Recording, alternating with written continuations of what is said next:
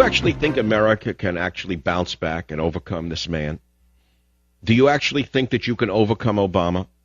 You actually think that the Republicans are going to come back to power and undo any of this? I disagree with you.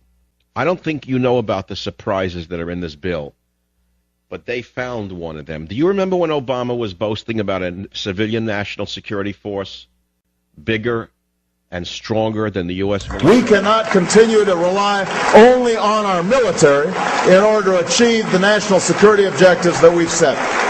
We've got to have a civilian national security force that's just as powerful, just as strong, just as well funded.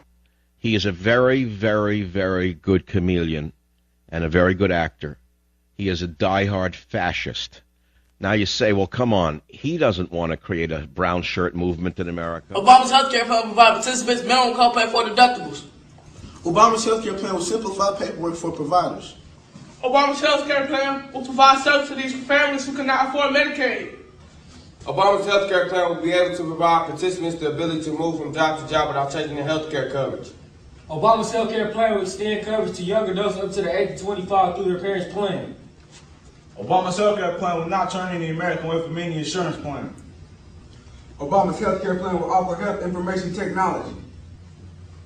Obama's health care plan will reform our market structure to increase competition. Obama's health care plan will offer federal reinsurance to employers. Dog team, retreat! To pass the bill so that you can find out what is. But the Democrats' health care legislation added a certain special text to Section 203 of the Public Health Service Act that, in fact, addresses this very issue of a civilian national security force, and that is called the Ready Reserve Corps. The funding went up to $12,500,000.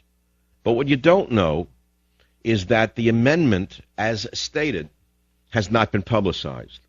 Obama said before the election that we need to have a civilian defense corps as well funded and as well armed as the armed services.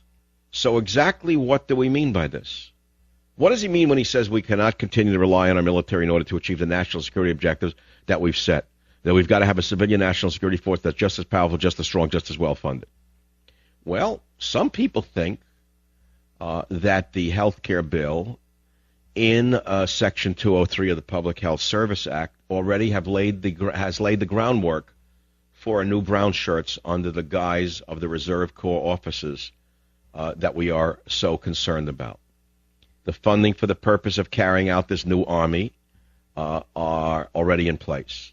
Commissioned officers of the Ready Reserve Corps are appointed only by the President. And commissioned officers of the Health Army are appointed by the President with the advice and consent of the Senate.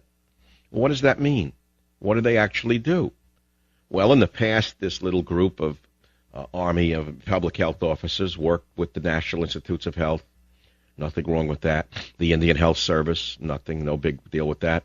They provided physicians for Coast Guard operations. No big deal for that. But what do you think Obama has in mind with this?